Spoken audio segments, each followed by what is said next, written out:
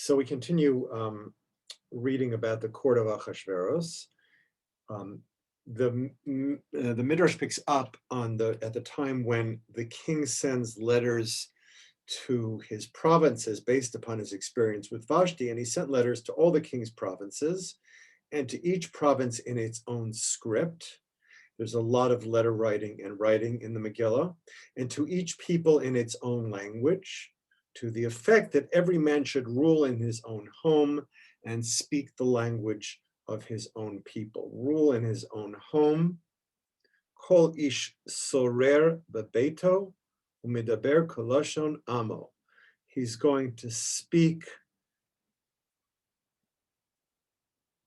in his house. Oh, he should rule in his house. Okay, I guess from the point of view of this midrash, Achashverosh has learned his lesson, and he's learned his lesson with Vashti. She had refused him coming naked to show herself off, and now he's going to make it clear to everybody in the way that people should enforce their authorities through language. Okay, so now's the Midrash.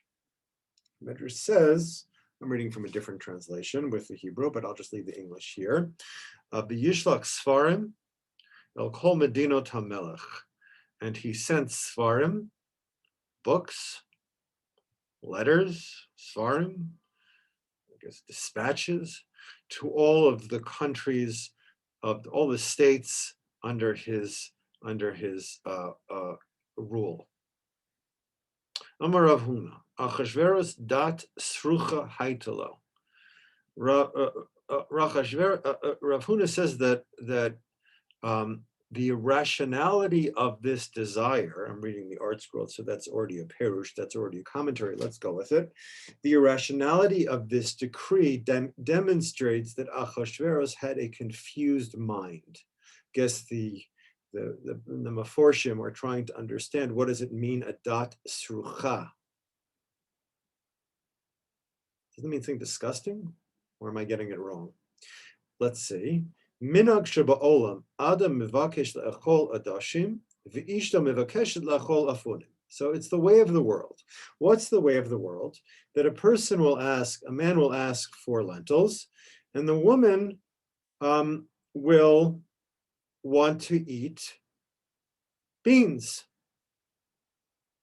Tough luck. Here's again, we have contradictory, as we saw in our previous class, we have contradictory desires here.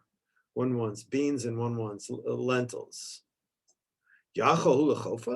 Is it possible that he can force her to eat beans?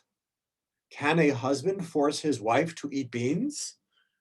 The Midrash responds, B'tzmiya. That's what the commentaries say. You have to read it as a question, a surprise question. How could it be possible? A man cannot possibly force his wife to eat beans.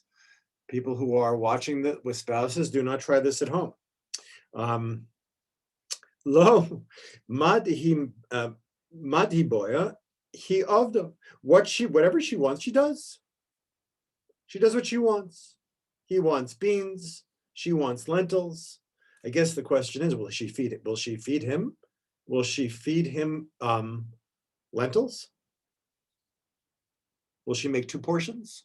Will there be a vegetarian and a meat option? Obviously they're both vegetarian. Amar Rabbi Pinchas v'lo od ela shenasa schok ba'olam. Not only that, but he made himself a laughing stock. He made himself the cause of laughter in the world. Why? So he intended, Achashverosh's his claims to kingship are not really clear. He's not of royal blood. So everything that Achashverosh does, he's kind of like a Hobbesian Leviathan. The only reason he's there is because he's the most powerful, or he's the shrewdest. So he sends out this decree, and the decree for men to rule over their women, I think in a way it reflects his own insecurity about kingship. And that's what's so ridiculous about the command, is that people know that's not how households work. So he made himself a laughing stock. And the Gemara goes on. Now Midrash goes on. Parsit, v'hi medaberet b'loshen madai. So we have now a case, according to the way, when a Median man, a man from Media, marries a Persian woman, does she speak the Median language? Parsi noisev v'medayit v'hi medaberet b'loshen Parsi. Oh, sorry. Or when it's just going to go back and forth. Or when a Persian man marries a Median woman, does she speak the Persian language? She's going to speak her own language. Of course not. And might say there's after that exclamation point, there's a note here, but let's just go on. But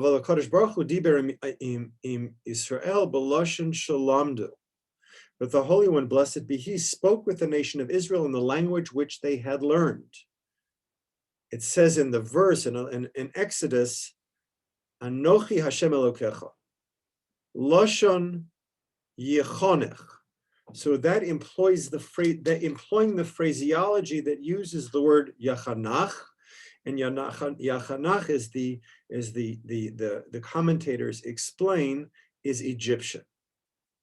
So suddenly, and we made a big leap here, you see that like reading any difficult poem, you have to pay attention because the leaps are not so clear.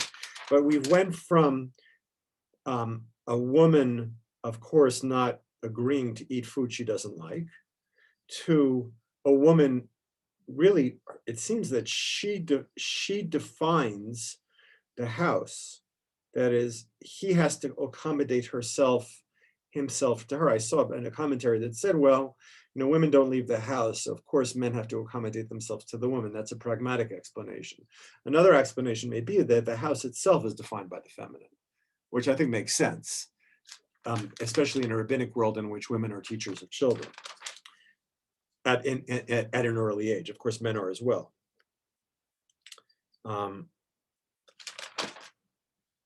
Okay, so what are we learning here in this last part when it says, and this seems to be a standalone part in the Midrash, it does go on, but let's focus here.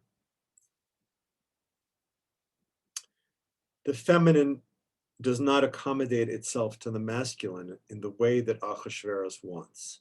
Achashverosh sees this as a way of asserting his authority, and he is unable to do so and made a laughingstock because he's unaware of the ways of the world. And now we see, when God speaks to Israel, how does he speak to Israel? He speaks in their language. Really amazing, an amazing shot here, right? Or an amazing midrash here, that God, according to the rabbis, speaks Egyptian.